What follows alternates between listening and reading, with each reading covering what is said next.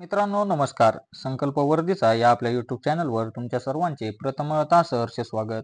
मित्रांनो, आजच्या व्हिडिओमध्ये आपण काही महत्त्वाचे प्रश्न आणि त्यांची उत्तरे पाहणार आहोत. जे कोणी आपल्या चॅनलवर नवीन असन त्यांनी आपला चॅनल लगेच सबस्क्राईब करून घ्या आणि आपल्या आधीचे टेस्ट सिरीजचे ज्यांनी व्हिडिओ पाहिलेले नसतील त्यांनी आपल्या आधीचे बी व्हिडिओ व्यवस्थित असे पाहून घ्या. मित्रांनो, जास्त वेळ वाया न घालवता आज आपण डायरेक्ट प्रश्नांना सुरुवात करूया. मित्रांनो, पहिला प्रश्न बघून घ्या.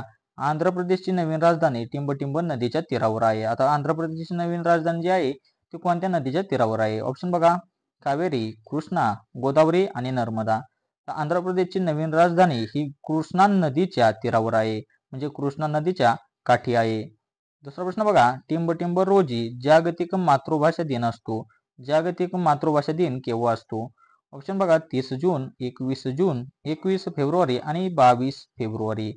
मित्रांनो, जागतिक मातृभाषा दिन जो असतो तो 21 फेब्रुवारीला असतो. केव्हा असतो? 21 फेब्रुवारीला. म्हणून आपले ऑप्शन नंबर 3 योग्य राहणार आहे. तिसरा प्रश्न बघून घ्या. वाफेचे इंजिन कोणी शोधले?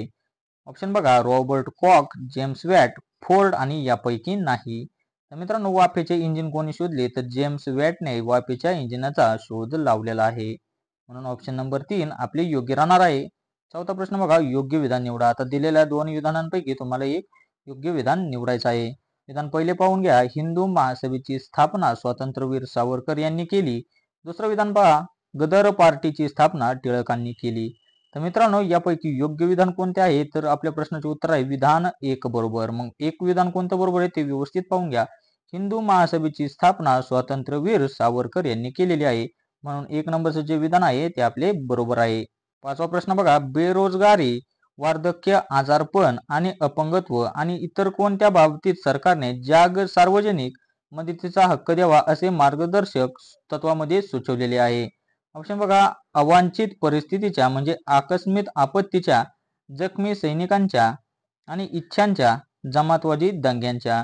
मित्रांनो, याचे उत्तर ऑप्शन नंबर 1 आहे. अवांछित परिस्थितीच्या म्हणजे आकस्मिक आपत्ती. त्यामुळे ऑप्शन नंबर 1 आपल्या प्रश्नाचे उत्तर राहणार आहे. सहावा प्रश्न बघा. ह्युमन डेव्हलपमेंट इंडेक्स कोणी निर्माण केला? ह्युमन डेव्हलपमेंट इंडेक्स कोणी निर्माण केला आहे?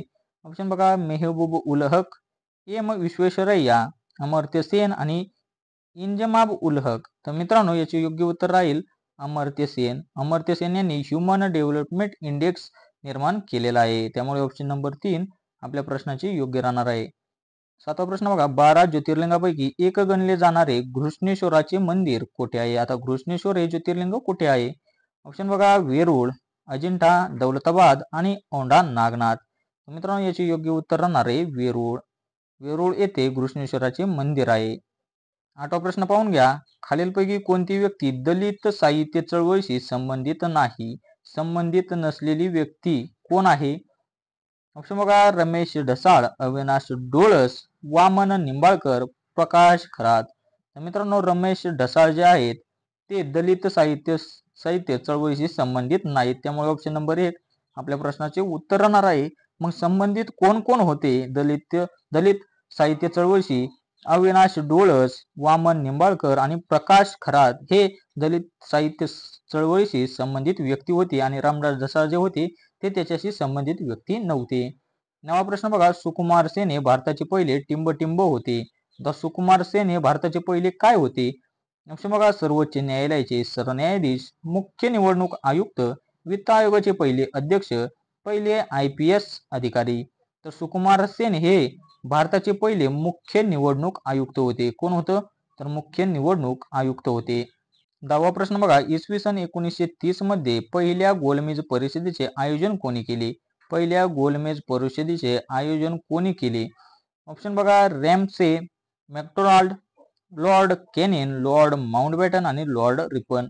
मित्रांनो, इसवी सन 1930 मध्ये पहिल्या गोलमेज परिषदेचे आयोजन रॅमसे मॅकडोनाल्डने केले होते. त्यामुळे ऑप्शन नंबर 1 आपले योग्य राहणार आहे. 11वा प्रश्न बघा. आपल्या देशाचा राष्ट्रीय प्राणी कोणता? आपल्या देशाचा म्हणजे भारत देशाचा राष्ट्रीय प्राणी कोणता आहे? ऑप्शन बघा. वाघ, हत्ती, सिंह आणि चित्ता.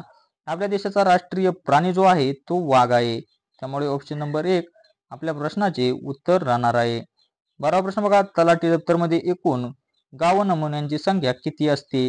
तलाठी दप्तरमध्ये एकूण गाव नमुन्यांची संख्या किती असते? ऑप्शन बघा 25, 20, 21 आणि 16. तर तलाठी दप्तरमध्ये एकूण गाव नमुन्यांची संख्या जी असते ती 21 असते. किती संख्या असते? तर ती 21 असते. म्हणून ऑप्शन नंबर 3 आपले योग्य राहणार आहे. 13वा प्रश्न बघा, खालीलपैकी दिलेली कोणती उपाधी खेळाडूला दिलेली उपाधी नाही? खालीलपैकी दिलेली कोणती उपाधी ही खेळाडूला दिलेली उपाधी नाहीये? ऑप्शन बघा wonder boy, man of peace, little master, flying Sikh. तर मित्रांनो मॅन ऑफ पीस ही उपाधी खेळाडूला दिलेली उपाधी नाही, त्यामुळे ऑप्शन नंबर 2 आपले उत्तर आहे. 14वा प्रश्न बघा, अतिश्रमामुळे स्नायुदुखीमध्ये खालीलपैकी कोणते आम्ल जबाबदार असते? अतिश्रमामुळे स्नायुदुखीमध्ये कोणते आम्ल जबाबदार असते? ऑप्शन बघा लॅक्टिक, ॲस्कॉर्बिक, इथेनॉल आणि फॉर्मिक. मित्रांनो लॅक्टिक ऍसिड जबाबदार असते. कोणते ऍसिड जबाबदार असते? तर लॅक्टिक ऍसिड जबाबदार असते.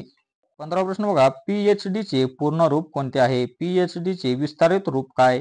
ऑप्शन बघा direct of pharmacy, doctor of pharmacy, doctor of physics, doctor of philosophy. मित्रांनो याचे योग्य उत्तर राहणार आहे डॉक्टर ऑफ फिलॉसॉफी. पीएचडी चे संपूर्ण रूप म्हणजे विस्तारित रूप काय आहे? तर डॉक्टर ऑफ फिलॉसॉफी. 16वा प्रश्न बघा, मसुदा समिती टिंबटिंब ऑगस्ट 1947 रोजी नेमण्यात आली होती. आता मसुदा समिती ऑगस्ट मध्ये किती तारखेला 1947 मध्ये नेमण्यात आलेली होती? ऑप्शन बघा 15 ऑगस्ट, 29 ऑगस्ट, 9 ऑगस्ट आणि 24 ऑगस्ट. मित्रांनो 29 ऑगस्ट 1947 रोजी मसुदा समिती नेमण्यात आली होती, त्यामुळे ऑप्शन नंबर 2 आपली योग्य राहणार आहे. 17वा प्रश्न बघा, चुकीचा पर्याय निवडा. आता दिलेल्या 4 पैकी एक आहे चुकीचा, तो तुम्हाला निवडायचा आहे. ऑप्शन बघून घ्या, सार्वजनिक सभा, गवाळ जोशी, मुक्ती सदन केडगाव, सरस्वतीबाई जोशी, हरिजन सेवक संघ, महात्मा गांधी. सर्व पर्याय योग्य आहेत. मित्रांनो चुकीचा जो पर्याय आहे तो मुक्ती सदन केडगाव, सरस्वतीबाई जोशी हे आपल्या प्रश्नाचे उत्तर आहे आणि हा पर्याय चुकीचा आहे. 18वा प्रश्न बघा, कोयना जलविद्युत प्रकल्प कोणत्या जिल्ह्यात आहे? आता कोयना हा जलविद्युत प्रकल्प कोणत्या जिल्ह्यात आहे? ऑप्शन बघा नाशिक, औरंगाबाद, सातारा आणि पुणे. तो कोयना जलविद्युत प्रकल्प जो आहे तो सातारा जिल्ह्यातील प्रकल्प आहे. कोणत्या जिल्ह्यातील प्रकल्प आहे? तर सातारा जिल्ह्यातील प्रकल्प आहे. 19वा प्रश्न बघा, खालीलपैकी कोणता जिल्हा चंद्रपूर जिल्ह्याच्या शेजारील जिल्हा नाही? चंद्रपूर जिल्ह्याच्या शेजारील असा कोणता जिल्हा नाही? ऑप्शन बघा नागपूर, वर्धा, गडचिरोली आणि सोलापूर. मित्रांनो सोलापूर हा जो जिल्हा आहे तो चंद्रपूर जिल्ह्याच्या शेजारील जिल्हा नाही, त्यामुळे ऑप्शन नंबर 4 आपले योग्य राहणार आहे. मग आहे कोणते कोणते बघून घ्या चंद्रपूर जिल्ह्याच्या शेजारील जिल्हे. नागपूर, वर्धा आणि गडचिरोली चंद्रपूर जिल्ह्याच्या शेजारील जिल्हे आहेत आणि सोलापूर हा जो जिल्हा आहे तो चंद्रपूर जिल्ह्याच्या शेजारील जिल्हा नाहीये.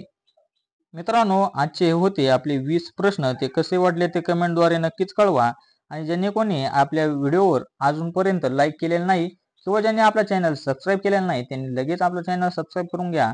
आणि मित्रांनो भेटूया आपण अशाच व्हिडिओमध्ये. तोपर्यंत धन्यवाद.